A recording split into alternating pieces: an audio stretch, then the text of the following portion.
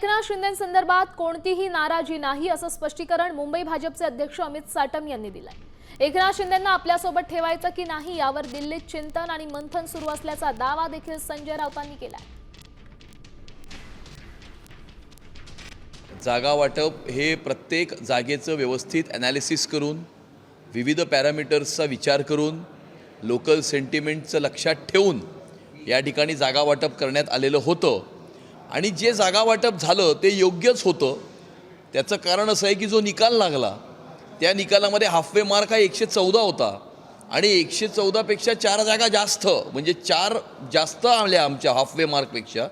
त्यामुळे 118 जागा जिंकून महायुती एक स्पष्ट आणि पूर्ण बहुमत महायुतीने प्राप्त केलेलं आहे। हा त्यांचा अंतर्गत प्रश्न आहे। महानगरपालिका निवडणुका संपलेल्या आहेत, निवडणुकांचं एक वर्तुळ पूर्ण झालेलं आहे, लोकसभा ते महानगरपालिका। भविष्यामध्ये एकनाथ शिंदे यांना आपल्याबरोबर ठेवायचं की नाही याच्यावर सुद्धा दिल्लीमध्ये लवकरच चिंतन आणि मंथन सुरू होणार आहे।